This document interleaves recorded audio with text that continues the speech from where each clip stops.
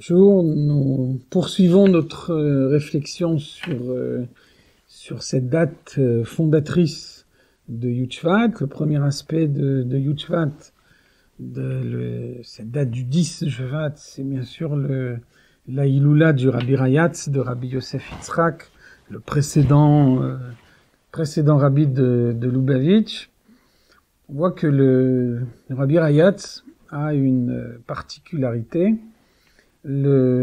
Tous ceux qui l'ont précédé ont vécu dans un endroit qui était géographiquement défini. Le rabbi précédent est le seul qui se soit tellement déplacé. Le rabbi précédent a dirigé les chassidim et la génération pendant 30 ans. Et on voit que ces 30 ans se divisent en 3 périodes de 10 ans. Il y a eu d'abord 10 ans qu'il a vécu en Union soviétique, ensuite 10 ans dans d'autres pays du continent européen, en Lettonie, qui était à l'époque encore un pays indépendant, en Pologne, et enfin les 10 dernières années de sa vie, le Rabbi Rayatz a vécu aux États-Unis.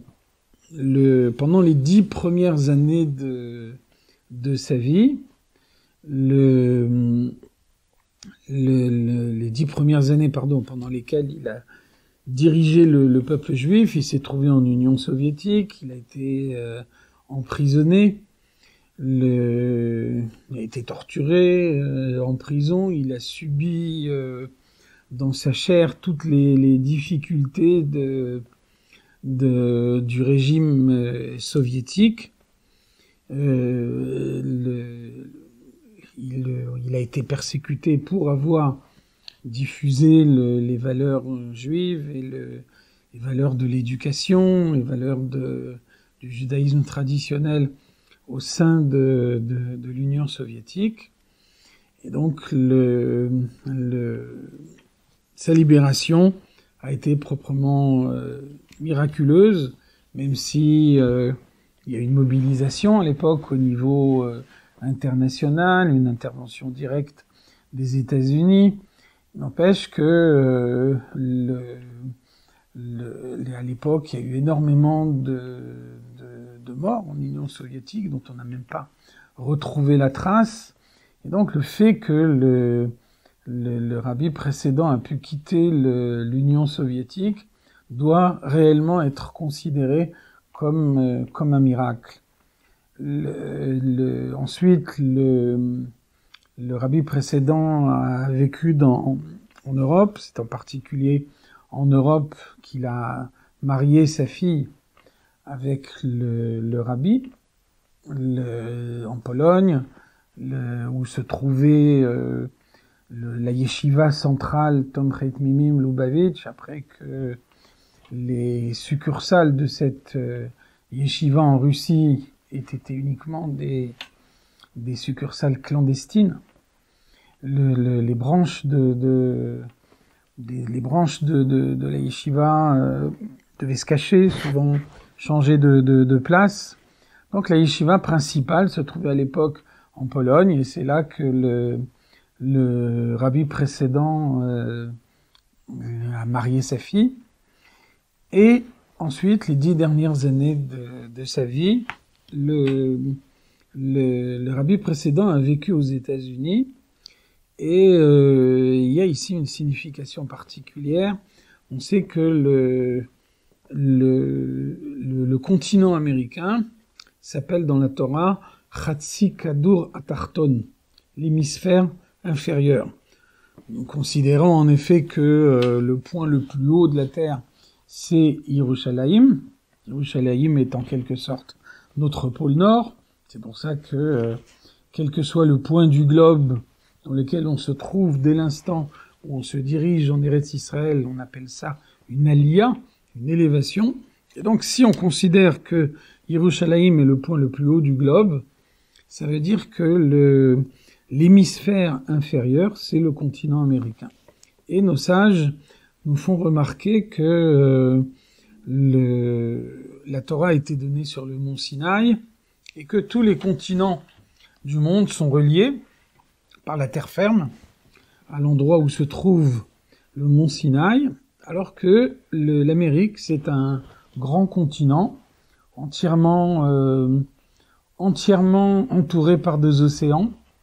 Et donc, d'une certaine façon, on aurait pu imaginer que le Matan Torah, que le don de la Torah aux États-Unis n'ait pas été aussi intense que dans les anciens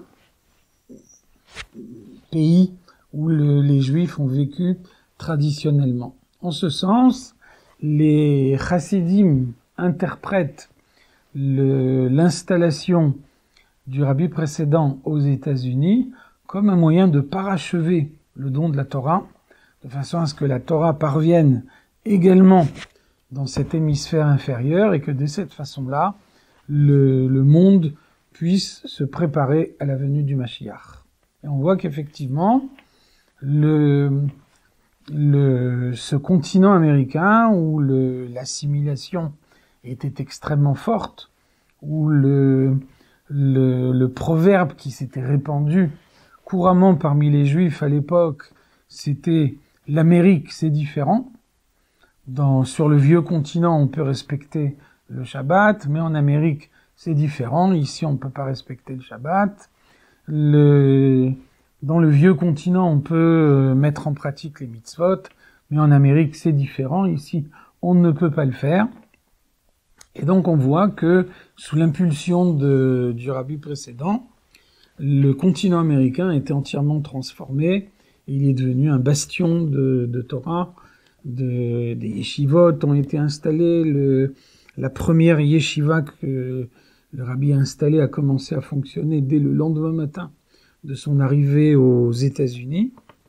Et on constate que, parallèlement à son installation aux États-Unis, le rabbi précédent commence à annoncer la venue imminente du Mashiach. Dès l'instant où il arrive aux États-Unis, le rabbi précédent dit « les alter, les tchouva, les alter, les geoula ». Ici devient le motto de ses enseignements aux États-Unis. Tchouva immédiate, délivrance immédiate. Et donc le rabbi précédent montre la nécessité de faire en sorte que tous les Juifs de notre génération puissent accomplir toutes les mitzvot qui leur permettront d'intégrer profondément la délivrance, en sachant que on est dans la dernière phase de l'existence du monde, la dernière phase précédant la délivrance, le moment où la transformation de la matière du monde peut s'introduire également dans un endroit aussi éloigné de Matan Torah que le continent américain. Donc le Yud Shvat, c'est le moment où on peut dire cette annonce qui a été introduite par le rabbi précédent est arrivée à son point culminant. Le monde était prêt pour la délivrance. Il fallait encore conduire le monde à la tchouva. C'est ce qu'a fait le rabbi au moment où il a succédé à son beau-père. Il a lancé ce mouvement de tchouva qui a transformé la génération, qui a transformé la face du monde et qui fait qu'à l'heure actuelle, le monde est prêt pour la venue du Mashiach qui peut se révéler d'un instant à l'autre.